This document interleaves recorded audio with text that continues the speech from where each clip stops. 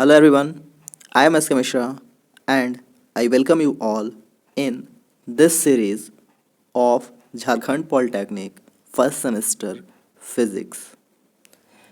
So, from today onward, we are going to start our first unit, that is units, about units and measurement. So, let us start our lecture. सबसे पहले हम बात करते हैं कि measurement क्या होता है। What is measurement, what is measurement, है ना। सबसे पहला जो टॉपिक आपको मिलेगा इस पूरे चैप्टर में या फिर इस पूरे सीरीज़ में, है ना, इस पूरे सिलेबस में आपको वो होगा व्हाट इज़ मेज़रमेंट। मेज़रमेंट क्या होता है। तो देखिए, मेज़रमेंट का मतलब होता है, हिंदी में अगर हम बोलें तो किसी चीज़ को मापना, है ना, किसी चीज़ को मापना। ठीक है, मान लेते हैं कोई यहाँ एक पॉइंट है ए और ये पॉइंट है बी। इस पॉइंट ए और पॉइंट बी के बीच का जो लेंथ है, इसी को हम लोग क्या कर रहे हैं, माप रहे हैं, है ना, मेज़र कर रहे हैं। और इसको करने का जो तरीका होता है डैट इज़ कॉल्ड मेज़रमेंट। इसी को हम लोग क्या बोलते हैं, मेज़रमेंट बोलते हैं। ठीक है, तो मेज़रमेंट का मतलब हुआ कंपैरिजन। बोलेंगे measurement, measurement means comparison. Measurement means comparison of unknown quantity, of unknown quantity, मतलब ऐसा कोई क्वांटिटी जिसके बारे में हम नहीं जानते हैं, with with a with a known quantity, with a known quantity, है ना, विथ अ नोन क्वांटिटी, जिसको कि हम लोग यूनिट भी बोलते हैं। और ये बात समझ में, मेजरमेंट क्या होता है, तो किसी भी अननोन क्वांटिटी, जैसे हम यहाँ लिख दिए 5। अब आप बताइए ये 5 क्या है। कोई बोलेगा 5 एक नंबर है, ठीक है, लेकिन अगर हम इसी 5 के साथ केजी लगा दें तो ये मास बन गया। इसी 5 के साथ लीटर, तो ये क्या बन गया, ये हमारा वॉल्यूम बन गया। इसी के साथ मीटर लगा दिए तो ये क्या बन गया, लेंथ बन गया। इसी के साथ सेकंड लगा दिए तो ये क्या बन गया, टाइम बन गया। मतलब ये एक क्वांटिटी ही है लेकिन अननोन है, इसके बारे में किसी को कुछ पता नहीं है कि ये कैसा क्वांटिटी है। ठीक है, किसी को पता नहीं है कि ये कैसा क्वांटिटी है। तो अननोन क्वांटिटी का किसी नोन, अब ये सब चीज़ पता है, केजी मतलब क्या होता है, मीटर मतलब क्या होता है, सेकंड मतलब क्या होता है, ये सब पता है। तो किसी अननोन क्वांटिटी को नोन क्वांटिटी के साथ जो कंपैरिजन करते हैं, उसी कंपैरिजन को हम लोग क्या बोलते हैं, उसी कंपैरिजन को हम बोलते हैं मेजरमेंट। ठीक है, इसी क्वांटिटी को हम लोग, इसी कॉन्सेप्ट को बोलते हैं मेजरमेंट। नेक्स्ट बात आता है that is what is the need of measurement. What is the need of measurement, measurement का क्या ज़रूरत है। ठीक, मेजरमेंट क्यों ज़रूरी है, मेजरमेंट क्यों ज़रूरी है। नेक्स्ट हमारे पास जो बात आता है वो आता है कि what is the need of measurement, आखिरकार मेजरमेंट क्यों ज़रूरी है। तो देखिए, चाहे हमारा इंजीनियरिंग हो, ध्यान से समझना है, चाहे हमारा इंजीनियरिंग हो, है ना, या फिर साइंस हो, इन दोनों में हम लोगों को अलग अलग नीड ऑफ मेजरमेंट को देखना है कि इंजीनियरिंग में क्या ज़रूरत है मेजरमेंट का, और फिर हमारा साइंस में क्या ज़रूरत है मेजरमेंट का।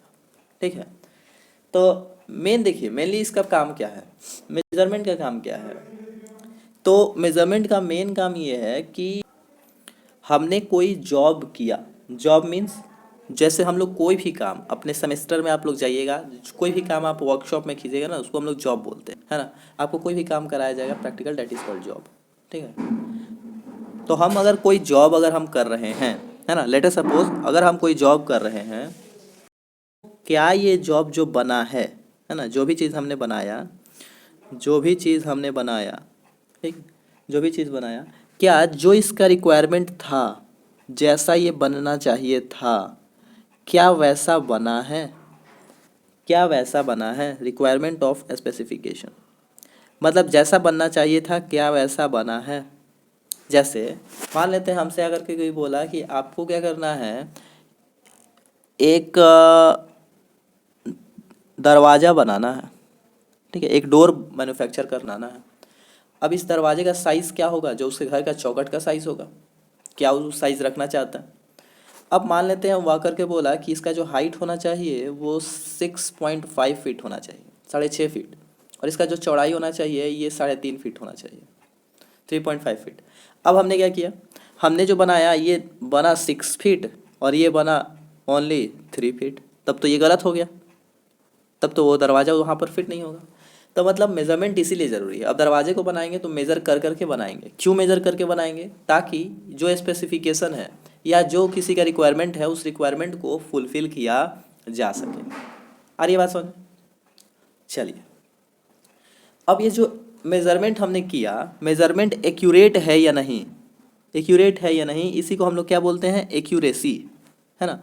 तो किसी भी मेज़रमेंट का, चाहे कैसा भी मेज़रमेंट हो, उस चीज़ का जो एक्यूरेसी होता है ना, एक्यूरेसी ऑफ मेज़रमेंट, ये डिपेंड करता है दो चीज़ों पर, डिपेंड्स ऑन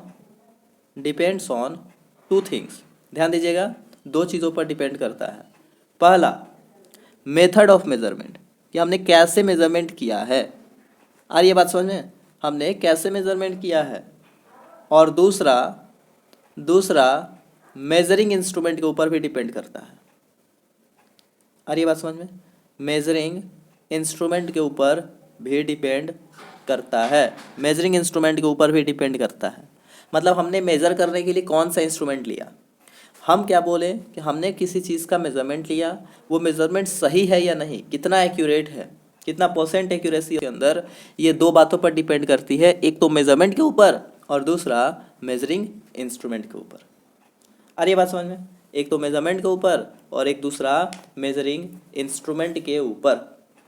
ठीक है, ये बात समझ में आया। अब बात करते हैं कि आखिरकार ज़रूरत क्या है, इसका क्या ज़रूरत है ना, नीड ऑफ मेज़रमेंट। अब नीड का बात करते हैं, नीड। तो सबसे पहला जो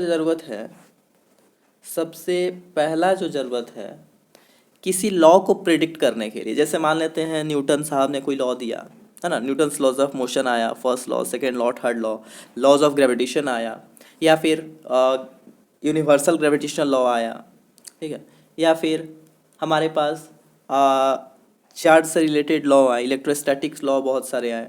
तो कोई भी लॉ को प्रिडिक्ट करने के लिए आपको मेज़रमेंट करना ज़रूरी है। अगर आप मेज़रमेंट नहीं करते हो तो आप कोई लॉ को कैसे दे सकते हो, है ना। तो सबसे पहला बात ये आया कि किस लिए ज़रूरी है, तो predict different laws. Basically laws बोले तो साइंटिफिक लॉ। अब ऐसा नहीं कि वो कितना, अगर बिना हेलमेट के चले तो इतना का चालान कटेगा, वो वाला लॉ नहीं, साइंटिफिक लॉ, है ना। वो लॉ नहीं कि हाँ इस चीज़ का सज़ा इतने साल, इस चीज़ का सज़ा इतने साल, वो लॉ का बात नहीं कर रहे हैं हम, बात कर रहे हैं किस चीज़ का, साइंटिफिक लॉ। अब मान लेते हैं कि कोई लॉ बन गया, अब उस लॉ को वेरीफाई करना है ना, उस लॉ को वेरीफाई करना है, क्या वो डाटा सही है, तो हम डाटा को पुट करेंगे, मेज़र करेंगे, चेक करेंगे, है ना। तो बोलेंगे वेरिफिकेशन ऑफ लॉ।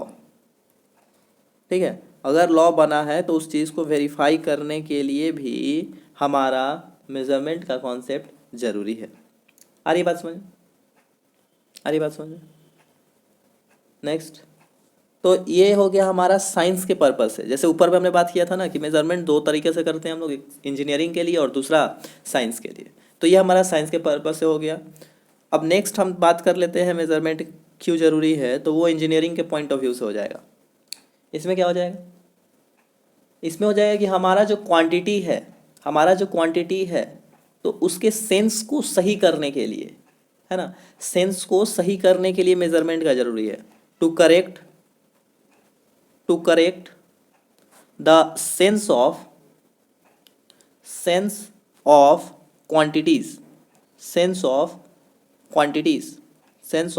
क्वांटिटीज। इसका मतलब क्या हुआ, इसका मतलब हुआ कि हम जो मेज़रमेंट ले रहे हैं वो मेज़रमेंट क्या लेंथ है, क्या वो मास है, क्या वो टाइम है, क्या है आखिरकार। तो मेज़रमेंट के सेंस को क्या करने के लिए, क्वांटिटीज़ के सेंस को करेक्ट करने के लिए, मेजरमेंट के सेंस को करेक्ट करने के लिए हमको क्या ज़रूरत होता है? मेजरमेंट का ज़रूरत होता है। ठीक है, नेक्स्ट, मेजरमेंट का ज़रूरत होता है to give assurance of quality of product,